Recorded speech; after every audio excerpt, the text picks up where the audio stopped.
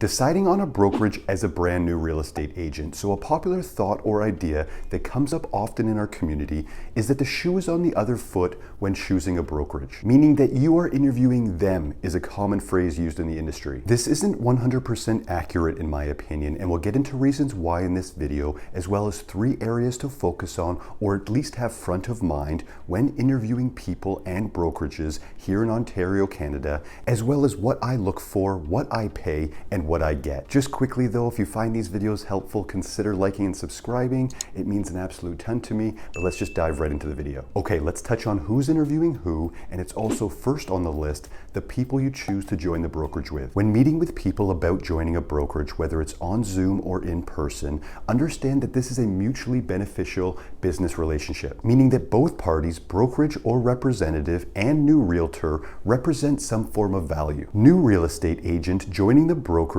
bringing business to the company, growing the value of the brokerage representative realizing potential in the new agent and trading time, which is the most valuable thing we all have, for a potential return on investment of that time once the agent starts growing the value of the brokerage. So it goes both ways. I suggest having the mindset during these interviews of, I can help grow this brokerage if it's a right fit for me. So be valuable in the interview. Of course, try to find out as much information as possible, but this is now a partnership to a certain extent. Make sure that connection is made. The people you join the brokerage with could be lifelong business partners of yours. They can help you grow your business, get you from your first sale to a consistent flow of business. So good things to do and ask just on a human level, because we'll get into things to ask on a business level later in the video, but just on a human level, start to ask them questions about themselves. I do about an interview a day with people interested in joining eXp Realty with me, and I love them all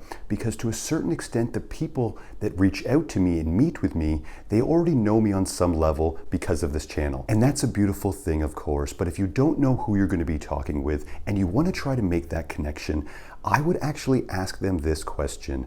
What is their goals real estate-wise, long-term and short-term, for themselves and their families? I know that sounds a bit strange to do in an interview with someone you don't know, but you're going to learn so much about this person with how they respond. If they embrace the question on a human level, this is a great thing. If they brush it off or just say something like retire with no thought, it's going to be harder to make that connection. I got this question once and I was able to explain that I do have weekly, monthly, yearly, and even longer term goals all written down and refining often, but my main goal is daily purpose. I'm in this real estate business for life, and hopefully on a daily level for the rest of my life, I'll be working with my clients, being an asset to them, helping grow my real estate business, but also helping, teaching, connecting with fellow realtors to give me my daily purpose I desire to be fulfilled. Look for that connection to be made because again, the people you join the brokerage with can be lifelong business partners of yours, helping you grow your real estate business and giving you that daily purpose. Okay, so on to second on the list, training and support. Equally as valuable, equally as necessary as people you join with,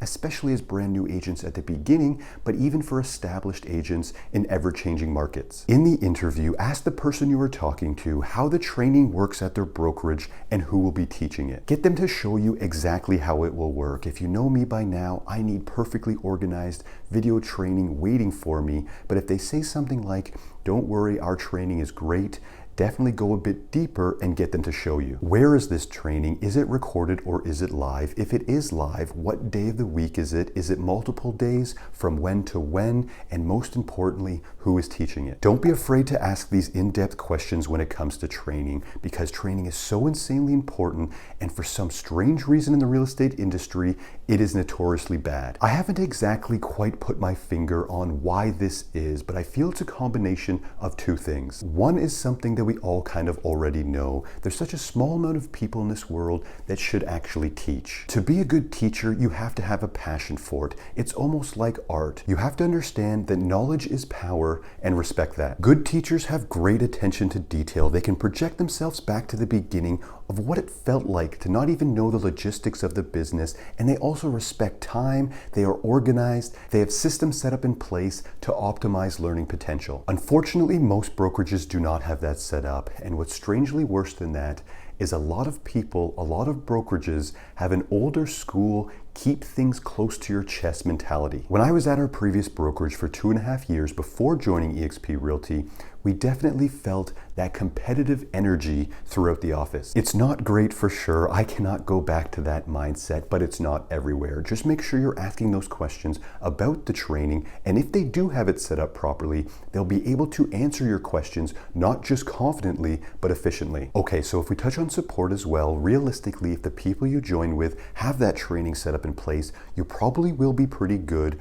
but you have to make sure who you can call when needed. You'll want a good list of resources just in case something strange comes up that's not included in the training. Ask who are the brokers in my area and who is the broker of record. After that, you could have listing transaction specialists, admin staff and support, tech support, etc. They go hand in hand, training and support, but make sure that training is there for those strange 1% of times that say you have like a disgruntled client or something like that that requires a managing broker to step in. On to third on the list, the numbers. If the people, training and support are equally as important as number one, the numbers would be second. Even though it's second on the list, they still have to make sense. You are putting in really good effort to grow your real estate business, and if someone is taking 30, 40, 50% of your commission, this is significantly going to hinder your growth. Aim to keep 75 to 95% of your commission, and with keeping that higher amount of commission, try to aim or make sure there is an annual cap as well. Meaning, for example, if there is a cap of $16,000, once you have paid that $16,000,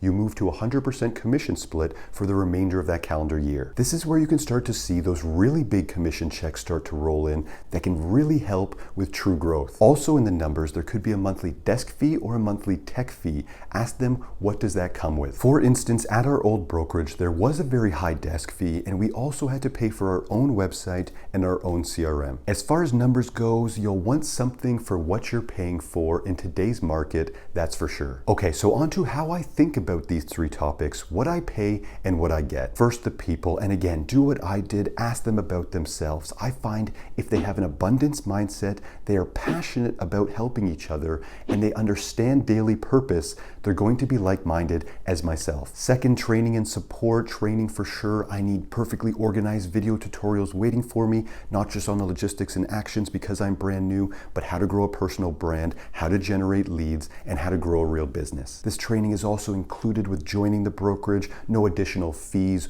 or paying for coaches or anything strange like that. Support, again, who is there if something strange comes up, who's the managing broker, who are the brokers in my area, broker of record, etc. Also with support, is there a community? Is there an environment of agents helping each other? With us at eXp Realty, we're so specific to Ontario.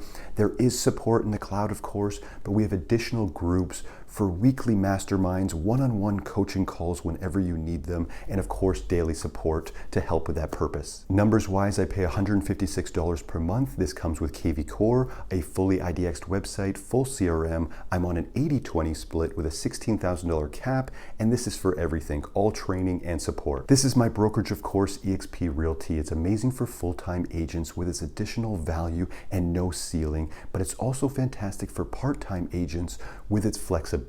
If you're interested in booking a one-on-one meeting with me to find out more of what we're doing for agents and brokers that join this brokerage with us, you can book a call with me. It's in the description below. So people, training and support, and the numbers. If there was a fourth that I could add to that list, it would be future growth and inspiration. Does the people you join and the brokerage itself inspire you to do amazing things? This is an amazing real estate industry of ours. Make sure you're trying to choose a path, if you can, that is not only lucrative and fun, but helps with future growth and success. I compared every single brokerage business model, and when it came to the end, I was down to eXp Realty and Keller Williams. And if there was one reason that pushed it over the top, was the people you join with, that abundance mindset where they can give you access to tools, training, support, and they have an invested interest in your success. That was the slam dunk for me. Now I can transition away from that competitive energy in those offices and really start to connect with people that can help my success and future growth. If you have any questions at all on this topic, you can DM, email, comment on this video. I get back to everyone. My name is Callum Moore, eXp Realty real estate agent here in Ontario. You can find more information on eXp Realty right here in this video, but thanks for watching. We'll see you in the next one.